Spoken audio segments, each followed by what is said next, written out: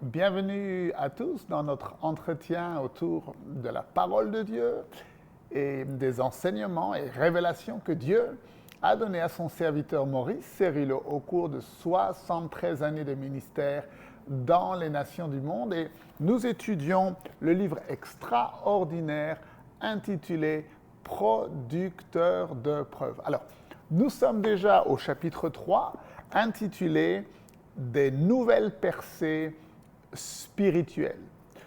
Dieu a donné à ce ministère une parole, une déclaration qui nous aide à mieux cerner les réalités spirituelles. Et pour comprendre cette déclaration, eh bien, nous devons savoir que l'homme vit dans deux mondes. Il vit dans un monde naturel et il vit également dans un monde spirituel.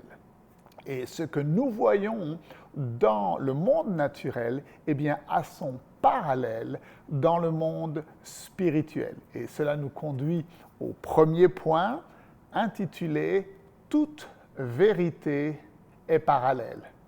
Alors, nous avons vu au cours des dernières décennies que l'homme, dans le monde naturel, a accompli des percées extraordinaires. La connaissance intellectuelle a augmenté de façon exponentielle à tel point que aujourd'hui, nous pouvons accomplir certaines choses, certaines tâches, aller dans certains endroits qui, si nous en avions parlé il y a de cela 50 ou 60 ans, eh bien, nous aurions dit que c'était impossible ou même inconcevable. Et la parole de Dieu, dans le livre de Daniel, au chapitre 12 et au verset 4, dit qu'au fur et à mesure que nous nous approchons des derniers jours, eh bien, la connaissance augmentera. Alors, il faut savoir que l'homme est en train d'accomplir dans le monde naturel ce que nous appelons des percées. Il fait en fait des percées dans le domaine de la science, de la médecine, de la technologie et en fait dans chaque sphère d'activité humaine. Et cela nous conduit au deuxième point, les frontières inexplorées de la vie. Vous voyez, aujourd'hui, ce que nous appelons les bébés éprouvettes sont devenus une réalité. La génétique, à l'heure actuelle, conduit l'homme dans des frontières inexplorées de la vie humaine. Et cela laisse derrière nous tout un tas d'implications et de possibilités qui bouleversent l'intelligence et l'imagination humaine. Et si Jésus tarde à revenir, eh bien, je crois que très bientôt, l'homme découvrira le remède même contre le cancer, cette maladie terrible qui ravage de nombreuses vies humaines. Et en fait, il faut que nous comprenions que les solutions sont ici, parmi nous. Tout ce qu'il manque à l'homme, c'est de faire une percée. Tout ce qui reste à faire est de trouver la solution et de les appliquer. Parce que l'intelligence nécessaire pour réaliser ces percées est présente sur Terre.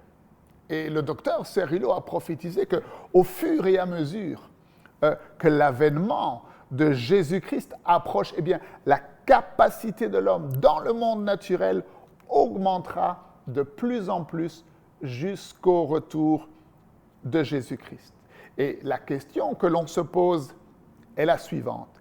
Si de telles percées se produisent dans le monde naturel, que se passera-t-il dans le monde spirituel? Dieu va-t-il permettre que son Église, le corps de Christ, reste à un niveau inférieur de développement et que seules les percées se produisent dans le monde naturel, mais que dans le monde spirituel, nous ne fassions pas ces mêmes percées? La réponse est absolument pas. Alors que l'avènement de Jésus-Christ approche, l'Église de Jésus-Christ fera des percées spirituelles qui dépasseront de beaucoup la compréhension et l'intelligence de l'homme naturel. Maintenant, ces percées se réaliseront de plusieurs manières. Premièrement, il faut qu'on comprenne que l'Église n'est pas née faible.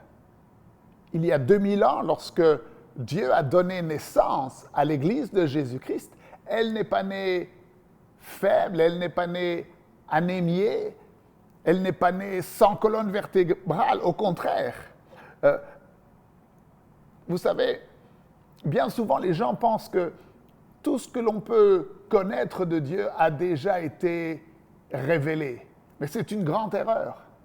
La parole elle-même nous enseigne dans 1 Corinthiens au chapitre 2 et au verset 9, elle dit « Ce sont des choses que l'œil n'a pas vues.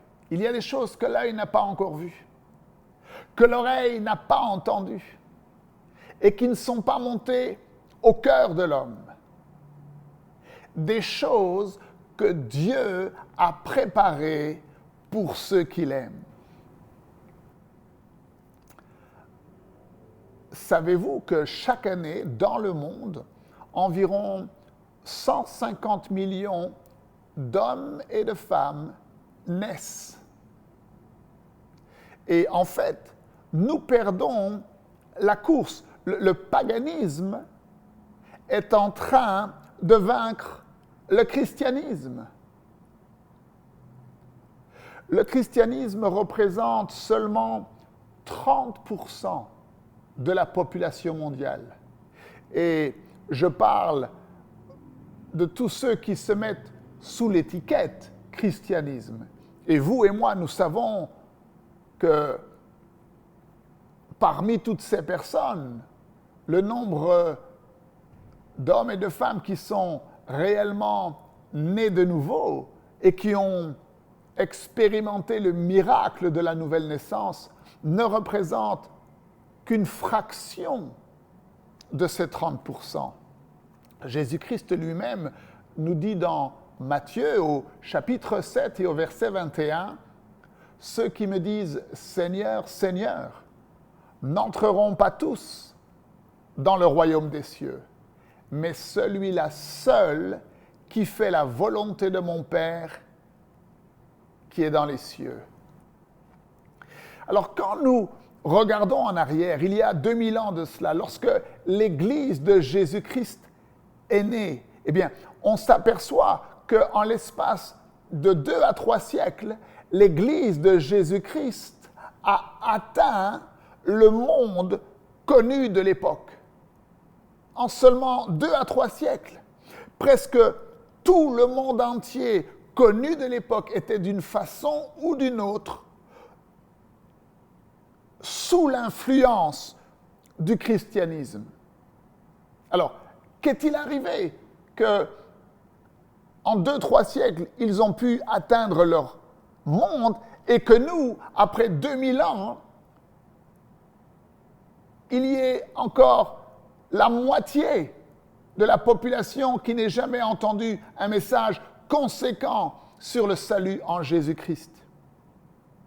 Eh bien, ce qui s'est produit, c'est que la relation d'intimité avec Dieu, la démonstration de la puissance de la résurrection de Jésus-Christ a été remplacée par une structure humaine au sein de l'Église.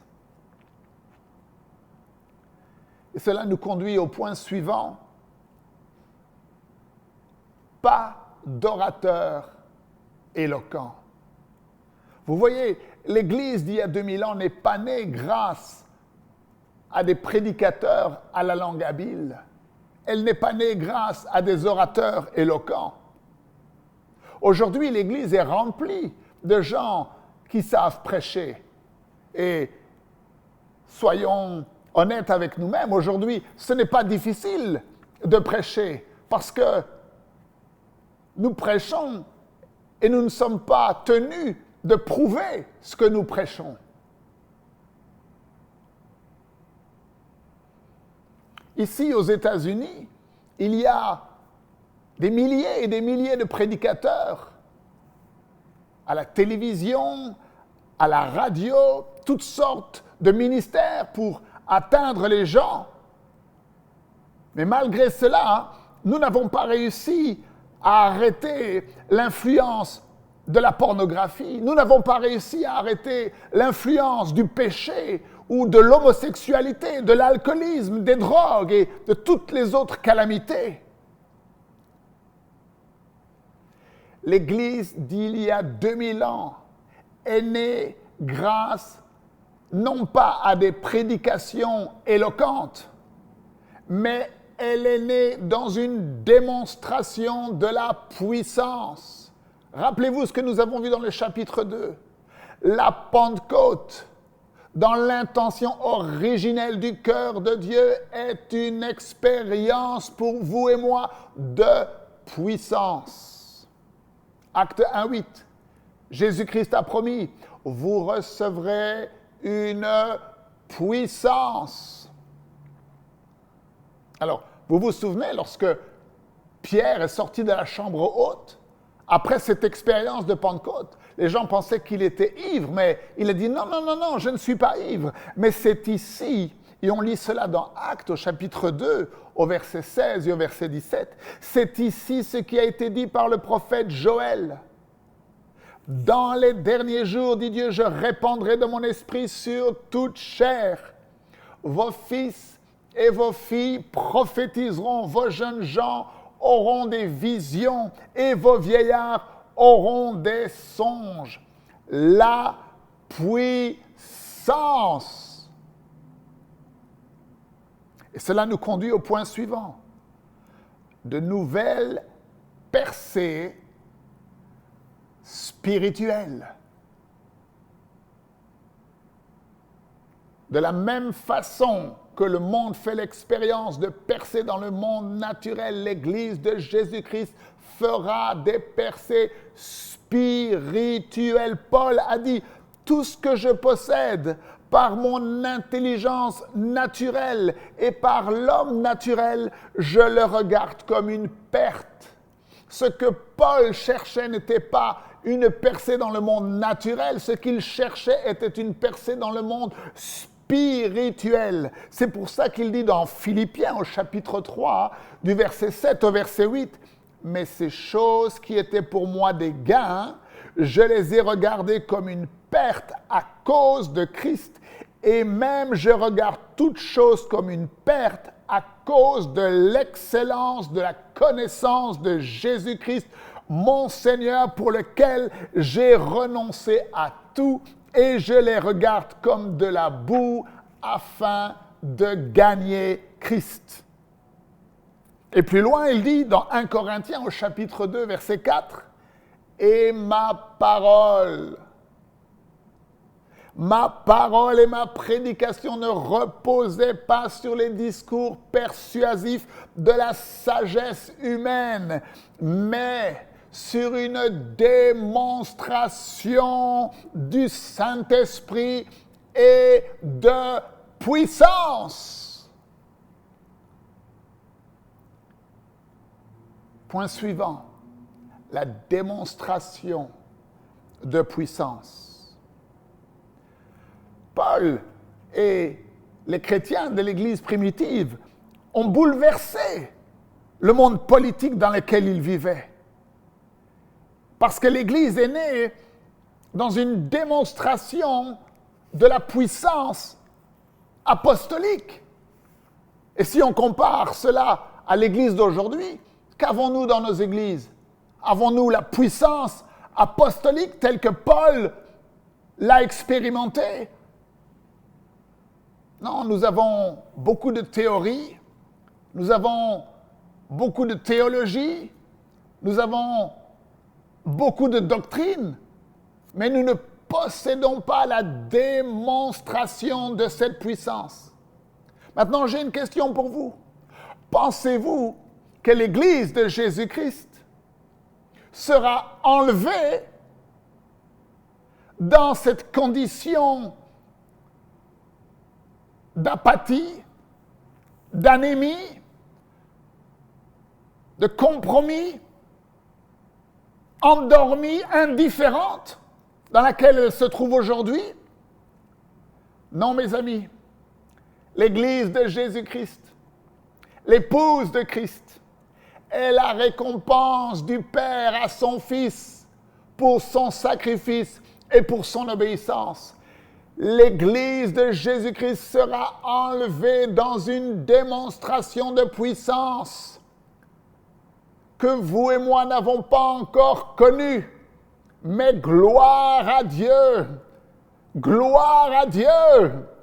Ce que l'Église primitive a expérimenté il y a 2000 ans était glorieux. Ce que nous allons expérimenter alors que nous sommes enlevés pour rejoindre Jésus-Christ dans les airs sera d'une dimension encore bien plus élevée. Point suivant. L'Église de Jésus-Christ sera enlevée dans une plus grande démonstration de puissance que celle expérimentée lors de la merveilleuse effusion de l'Esprit de Dieu lorsque l'Église est née. L'Église est née dans la puissance. C'était sa marque, si je peux dire, sa marque de fabrique. Il y avait des miracles, il y avait des prodiges, il y avait des guérisons, il y avait des délivrances, il y avait des résurrections. Et si nous sommes honnêtes avec nous-mêmes et que nous comparons cela avec l'Église actuelle, nous devons reconnaître qu'il nous manque cette puissance aujourd'hui. Nous parlons beaucoup de puissance, mais nous ne démontrons pas la puissance.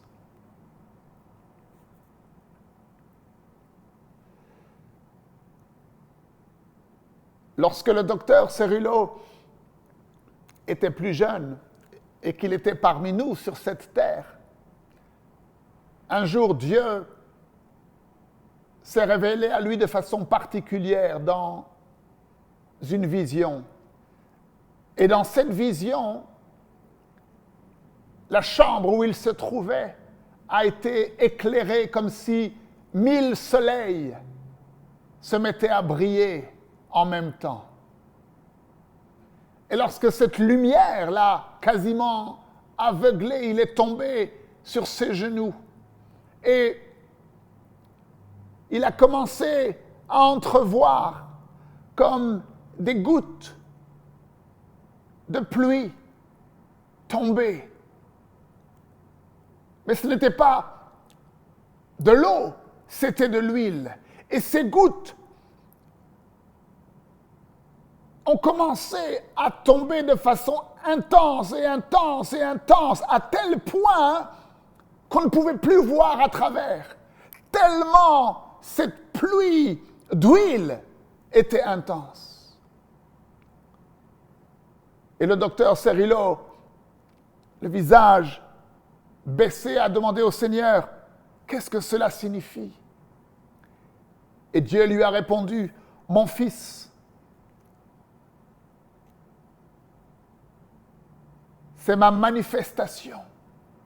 La manifestation de la plus grande effusion que je n'ai jamais envoyée. Et tu vivras afin de voir cette manifestation.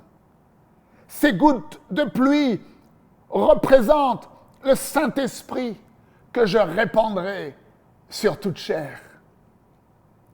Et le docteur Cerullo a dit, Seigneur, qui vas-tu utiliser pour que cette manifestation se produise? Et Dieu lui a répondu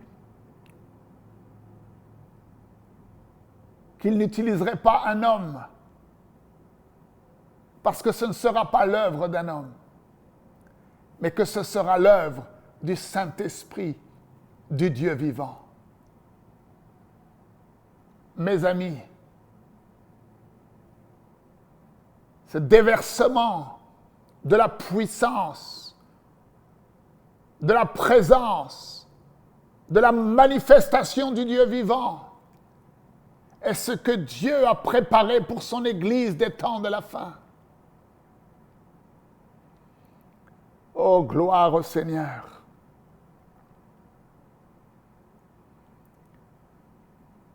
Avant le retour de Jésus-Christ, le Saint-Esprit va être déversé sur cette terre comme jamais auparavant. Et Matthieu 24, chapitre 14 nous dit, et cette bonne nouvelle du royaume sera prêchée dans le monde entier pour servir de témoignage à toutes les nations. Et alors viendra la fin. Alors, bien sûr, vous pouvez suivre ces enseignements par vidéo sur notre page Facebook Maurice Cerullo Francophonie, également sur notre page YouTube ou en podcast, et vous pourrez voir les vidéos du Dr Cerullo en français de façon plus complète. Je vous encourage bien sûr à partager et à faire connaître ces entretiens que nous avons ensemble autour de la parole. Je sais qu'ils sont une grande bénédiction pour vous et qu'ils seront une grande bénédiction pour votre famille et pour tous ceux avec qui vous pourrez le partager. Le prochain chapitre, chapitre 4, s'intitule « Les miracles sont-ils un ministère charnel ?» Vous ne voulez pas manquer le prochain entretien autour de la parole. Alors bien sûr, vous pouvez nous rendre visite sur notre site internet www.mcwe.fr.